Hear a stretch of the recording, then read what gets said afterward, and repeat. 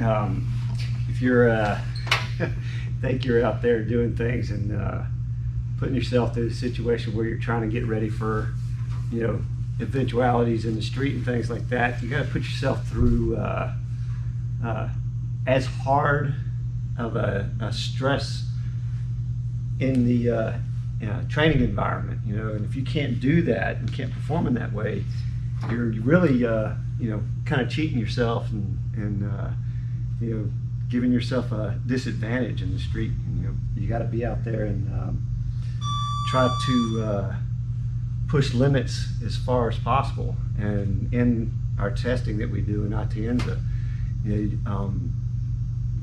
try to make the person as nervous as possible, get out there and get in those tests and things, and try to see where your skill set's at, things. And we got guys that come in and they look like monsters when they start coming in at the test test. This guy here, man, he's like, just start swinging at you through the CJ, that feed, woo, and if you can't, you got to prove it to yourself. If you can't do it in a training environment, you're not going to get out on the street and do that. We've all seen those been in the situations where, put yourself in an environment and you perform, you do all right. You don't, it's a bad day. Yeah. Hopefully you don't die, right? Yeah, absolutely, absolutely. Yeah, you come from. I've done certain things where, you do a lot of drilling.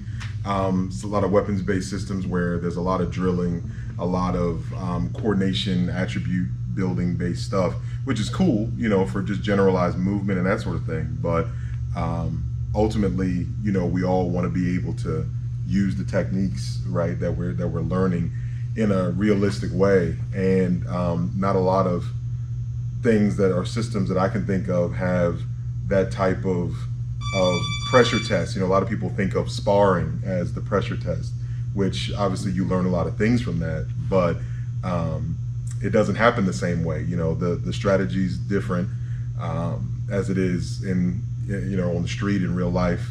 The tactics will be different, and the techniques a lot of times will be different, how people attack you. And just because you're the best weapons guy, sparring guy, stick fighter, whatever, it doesn't mean that you're going to be able to stop that, hard charge baseball bat to the head, So I think that TENS test and the progression that we use towards getting people ready to or prepared to pass it is probably the best thing that I can think of how to actually execute and do it in a slick way with timing, footwork, that sort of thing, and not just try to use your other attributes to kind of bulldoze people or something, but you're actually using technique. So the techniques that you see you see us training all the time, that's what's actually being done in the TENS test. It's not like somebody came up with some extra thing that they decided that I want to try this, and it looks nothing like what they've been training the whole time. That's a big thing for me for Atienza Kali is, what we train is what we execute. It's not, when training looks like this, and then when the real swinging and thrusting and everything happens, it's, something else that I made up on the fly, And I think with the testing too, just like you guys were talking about, like when you're doing the pressure testing, I think the main thing is, especially when you're dealing with weapon-based systems, is in order to develop that street feed, you've got to have equipment that supports the training, and that's especially what Atienza Kali brought to the table is the push that, like, hey, we need gear. Just like when Bruce Lee developed all the training gear that he needed to support, like JKD and everything he was doing. It's the same thing with Atienza Kali. We've got a delivery system of testing pressure, but you got to have the right gear for that, Yeah. Like, because if not, you're going to hurt, or you're not going to hit your partner because you don't want to hurt your partner, and all of those things develop certain bad attributes that you don't want to come out. So I think, the fact that we use, like, the gear, the way we use it, the way we set up our techniques and our attacks, it's a better delivery system because you have a guy that's just trying to kill you, and you've got to deal with it. Like there's no stopping. You're under pressure. You got to keep surviving all the stuff that they're throwing at you. Just like in the street. Especially when you run across some dude that's like drugged up or crazy or whatever. And you've choked them out 3 or 4 times, and they wake up and they don't even know that they've been choked out and they're still fighting. You knock them out, they wake up and they're still fighting. You break their arm, they wake up and they're still fighting, which has all happened to me before. So you're standing there and you're like, man, what am I have to do with this guy? And then the cops get there and they're arresting them, and and then they're kicking windows out of the car and they're geeked out of their mind. So you've really got to, keep dealing with the pressure that happens, and understand the escalating ladder of force that you need during your techniques. And that's what our testing does. It helps you escalate to the highest level that you can be because of the gear and the delivery system of the test itself. Yeah, and in the test itself, we talk about how we pressure test ourselves, but you've got to have a guy that feeds that right too. You need to have somebody who puts the intensity into it that, hey, I'm going to try to push you in a position where it's like in the street, and I'm going to try to hit you as hard as I can, and I'm going to, see if you can do it. But in a way that it's training and it's building the person, not trying to, beat anybody down, but, because I'm trying to hit you as hard as I can means I care about you in the training, and stuff. You can't get a. We're trying to beat them down. Yeah. All right, I'll go there. I'll go there. Yeah, we try to beat it down because, look, in the end, it's a bad day when you say you're in a system or training and stuff like that, and something happens to you or a student out in the street, and you didn't give them 100%, or you told them how to do some kind of, stupid ass technique, and they end up getting hurt or, God forbid, killed or anything like that. So, in here, put yourself under the stress. Have some guys try to knock your head off, and grow, and deal with it. The test is awesome. But even having said that, though. You've got a lot of guys out there that are trying to implement their versions of it, and that's cool. But I would seek out a legitimate source for your training if you're choosing to do Atienza Kali, because there's some guys out there that the internet clowns that go out there and they do a couple hours on the internet and they think internet's a good learning tool to support your learning. But it can't be the source that you go to and then you want to try to teach people, because basically you're going to teach people how to die. Make sure if you guys are seeking out this stuff, make sure you seek out a legitimate place, a legitimate facility, because you have guys out there that, they steal the marketing.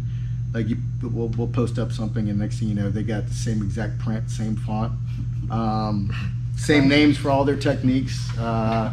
Having said that, in the feed, right, come on, So come on, we'll hit you in the head. Yeah, make sure you No guys problem. are look for a legitimate training facility. Yeah, and it's on the website. Just go to the website. There's a list of instructors there, and and part of the TENS test is the guys who feed that to you. It's important because the feeds are set up a certain way.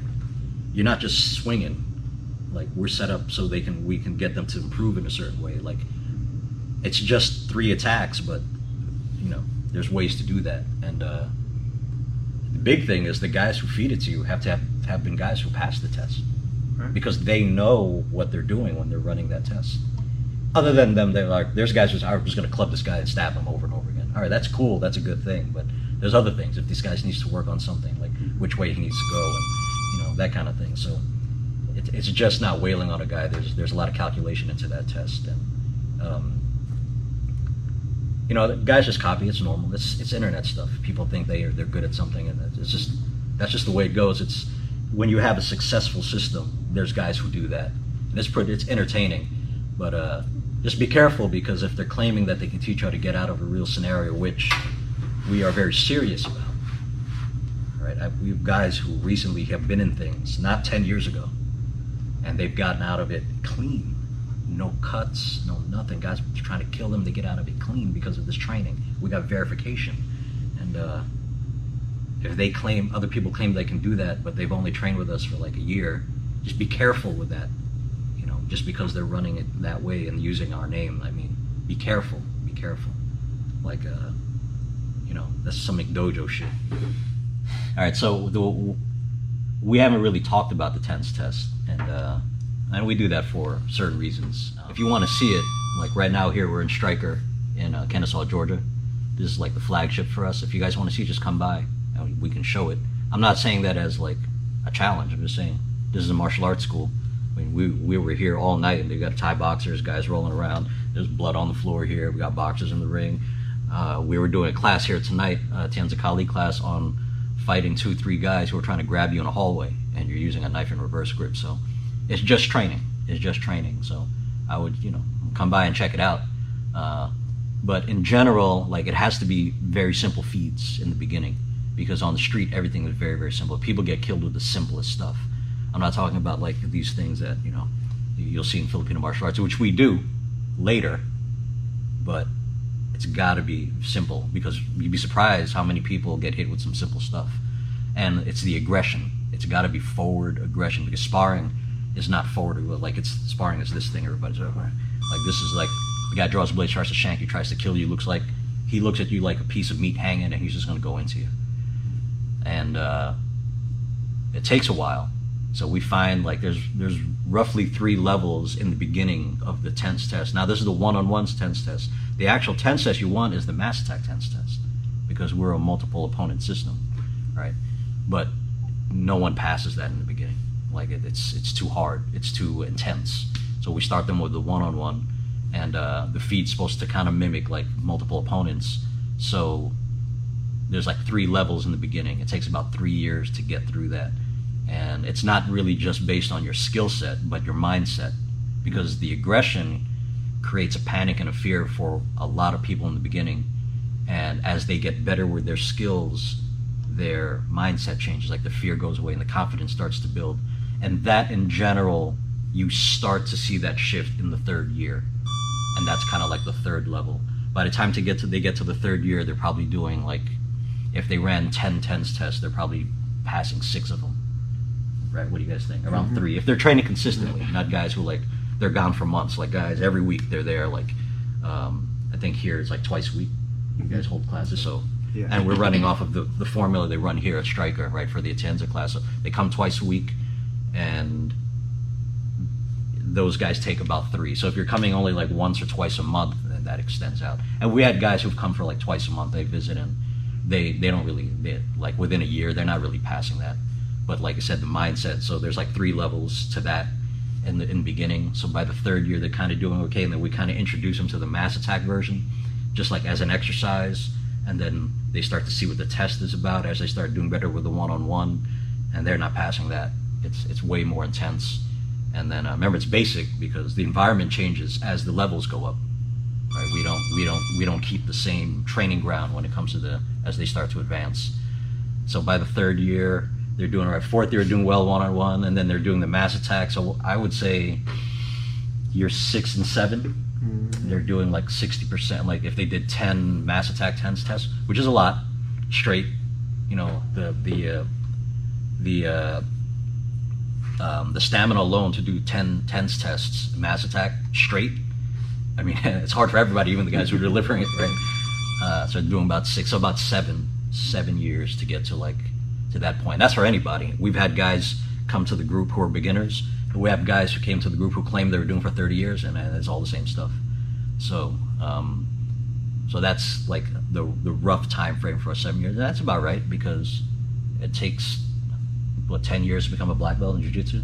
Yeah. Right. So I figure by their 10th year with us, they're cleaning those tests pretty good. If they stay consistently once, twice a week, they're coming in. I mean, within 10 years, there's going to be breaks, guys.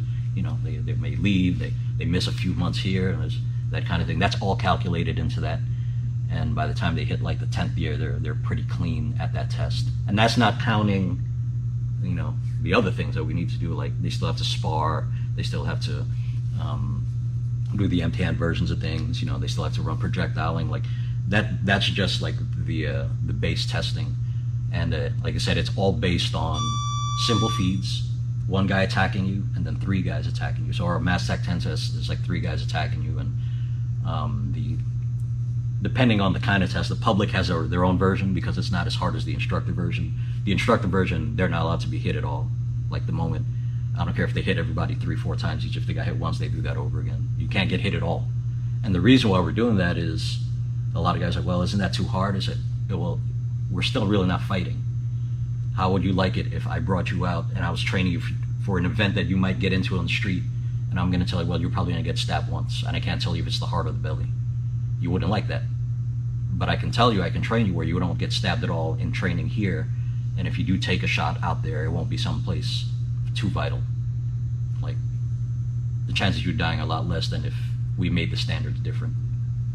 So that's kind of like the pressure testing for us. And there's a empty hand versus knife version. There's a knife on knife version. There's a long blade version. And then there's a knife versus long blade version. And then, and then not counting like wolf pack testing, like when you're working together. That's later on. That's all worked inside the curriculum, but that's later on. And then then you have like pistol tens where, guys are stabbing you with blades and you got to draw, your sim gun and do that test.